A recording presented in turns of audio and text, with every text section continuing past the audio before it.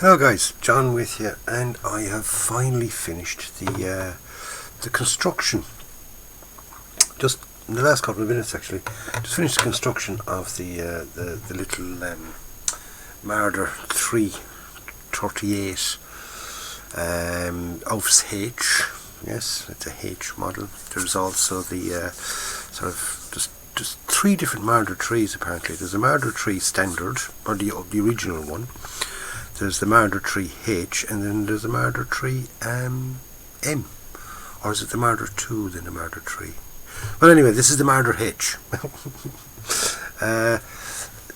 Yes, I can fit the gun in and out. A little bit of a wiggle, but I can get it in there. I just popped it in there now just to show you the final thing.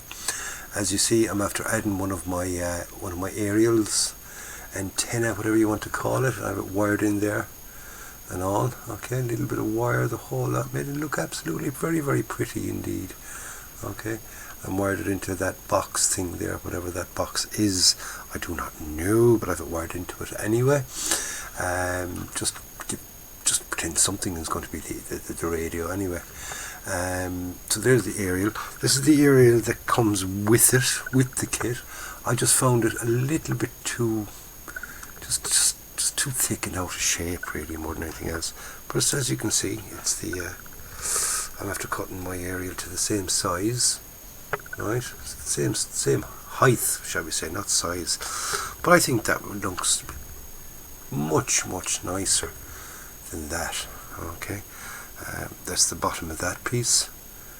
Okay, the aerial mount. Whereas here I've got the sort of the spring mounted. Okay. And of course I did it from my usual bit of guitar string. Excuse me now for reaching across the camera there. But this is the guitar string I'm after using, for anybody that wants to know. Okay. That is the string that I used. Brass wound. And if you want to know how to make that, I'll refer you to the video that I made on making antennas and aerials and all that good type stuff. They're very easy made. Just need a pliers and a wire snips, and just sort of strip off the most of the brass wound. Leaves the center core of it. Leave a little bit at the end and a little bit of the steel as well, just for popping it through any little hole. And I used the bits that come off it. Okay, this is what this is the brass that you wind off it, and use a small bit of that for the wire, for wiring it in. Okay, so you know, even that bit got used on it. So there we have it. The construction is done, and it's got those rubber band tracks. But I'll tell you this much, lads, this is definitely the nicest of all the ITALERI kits I have ever made. Okay, I can't fault it in any way. The fit is absolutely perfect on it, all the way around. No problems in any of the fitting. Okay, like I said, I can get my gun in and out afterwards. The travel lock is for the gun. Can have it in the down or the up position. Okay, and the gun just kind of slots into it. Okay, so you can have it both ways, best of both worlds. Right, the coaxial machine gun there, bit of a wiggle in that and all. Okay, the gun goes up and down and turns from side to side. So what more do you need? What more do you need? Okay, now the shells here, right, I'm leaving them on the stock for painting. They pop into there's a little can we get some light, extra light in there? Can we get to see it at all? Yep, there you can just about make it out. Okay, you can see there's racks there for shells, and because the shells go in downwards, I can even use the burnt out shells in there, so I can have them in there as well. As good shells, shall we say. I'll use them as good shells. But what I'll do with these now is, I originally thought that I was going to be able to sort of stick them on, leave them on the rack, and just spray them on the rack. But when you're not going to get to see the top of them, I decided a separate way to use them is use my little sticks with the with the holder, these things here, these little bulldog clips, a couple of them, could come onto that, then I can spray them so I can, because it's the tops that will be shown. Okay, so I'll have to take that off, like I did with these ones, and give the top a little bit of a sanding. So take off that the sprue gate where it mounts onto the little bit of sprue. So it increased my number of shells. I should have another one of them. I don't know what I'm at. Ah, there we are. Okay, so I have 3 and 4, so I have 7 shells to go in. Okay, so it's going to have some shells inside there because we've got mountings here for another 2 shells. Alright, so as you can see, don't tell me now, after everything else being so beautiful, these shells don't fit in. Well, they fit into there anyway. And one off the floor, I can pick it off the floor later on. They don't want to fit in. Oh, they do. Tight fit with the shells. As you can see, I can have 2 shells there in the ready rack, and another coupled in down there. Right. So I can have shells. I can have shells in it as well. So all very good. I'm really chuffed with it. Really chuffed indeed. Would I recommend this kit? Most definitely. Compared to any kit, a couple of kits that I've made there recently that I wouldn't recommend unless you were sort of a reasonably seasoned modeler. I'd recommend this for all types of modelers, be it a beginner right up to advanced. And I really enjoyed making it. I must admit, I enjoyed making it. So the next thing now is to get it painted. So what paint scheme am I going to give it? Now, I was going to go for one of the ones that were on the box, the box art. Give it a camouflage pattern. Then I said, well, I might do kind of a winter scheme, Russia 43, 44. And then I decided, hang on a second, I'll check out to see were they in Africa. Could I do it sort of as an Africa core one? So I went on to the usual, the interwebs, checked out Wikipedia, and yes, the MARDER 3 Aus H was used in North Africa in early 1943. They were used in Tunisia, so they would have come over with the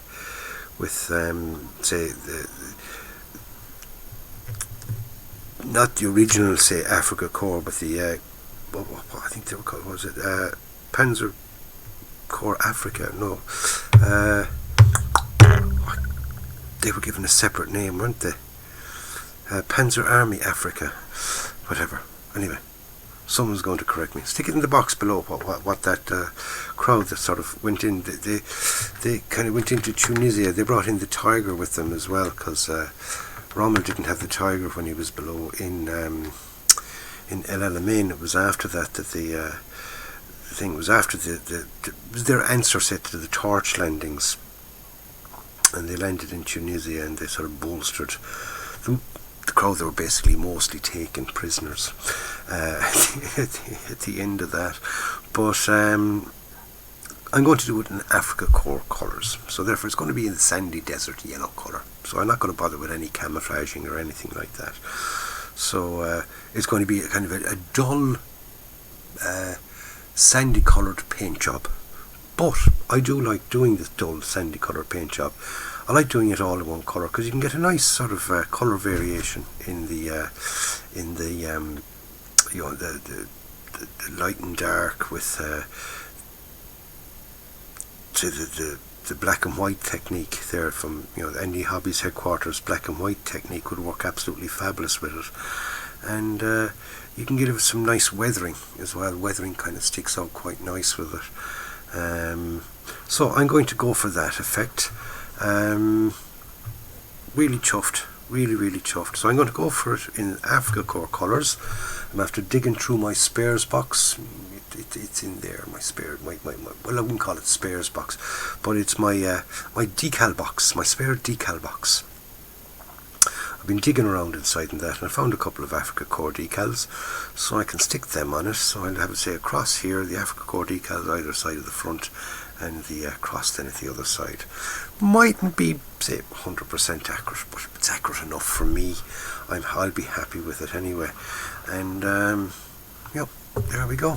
So join me in the next one, the next video, where I'll have it stripped down as much as needs to be stripped down, shall we say. I'll have the gun mount out. I'll have the tracks off it, and we'll start getting some paint on this thing. Yes, some paint on it. And what I'll do is I'll give it its first coat of NATO black, a nice coat of NATO black, which will be my shadow coat.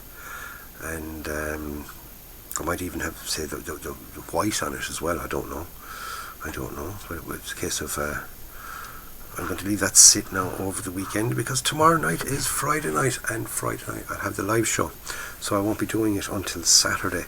So whatever painting I get done Saturday night, we'll see. Sunday night then I can do a quick video before I get into the detail painting and all that kind of stuff on it. So join me for that, and the best way to join me for that would be to subscribe to the channel, and hit the bell. And by hitting the bell, you'll be notified as soon as I do upload that video. Okay, so if you're interested in this little kit and you'd like to see it getting finished off, let me know in the comments box below that if you will be joining me for the next couple of parts, and we'll get this all nicely made up and done. All based on the Panzer 38T chassis. I do have a Panzer 38T coming as well. It should be in my next delivery. I'll be doing a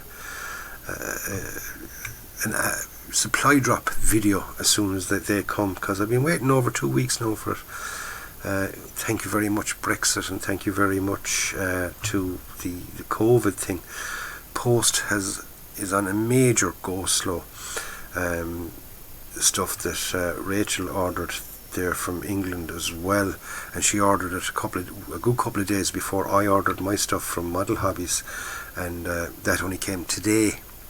So you know, I'm saying it mightn't come until Monday or Tuesday, which should be 3 weeks.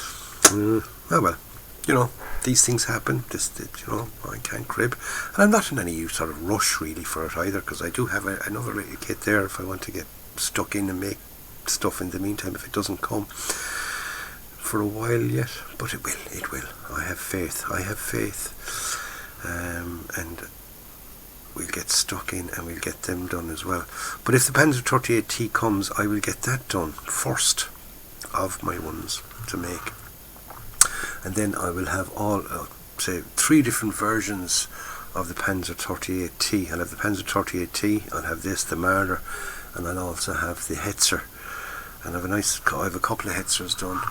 I have one which I've mounted on a board, which I've shown you already in this one. Okay, which is that one. It's the Academy one. Very, very nice indeed. I've also got another Academy one. I have it over there. Just did a different paint scheme on it. And then we'll have this one. So we'll have all 3 of them together. It'll be a nice little kind of a little board, shall we say, a nice little comparison, or you know, whatever, of the three versions of the same thing, really, you know. Anyway, please join me, and I will see you all soon. Don't forget, lads, comments in the box below. Don't forget to give it the old thumbs up. I'll see you on the next one. So in the meantime, take care out there. Stay safe, especially with this COVID pandemic thingy-majiggy. Be nice to everybody, because, you know, we're all in the same boat. But most of all, what's most important of all those things, okay, is go out and buy yourself a kit. Build it and enjoy it. And I will see you very, very soon. Take care. Ta-ra.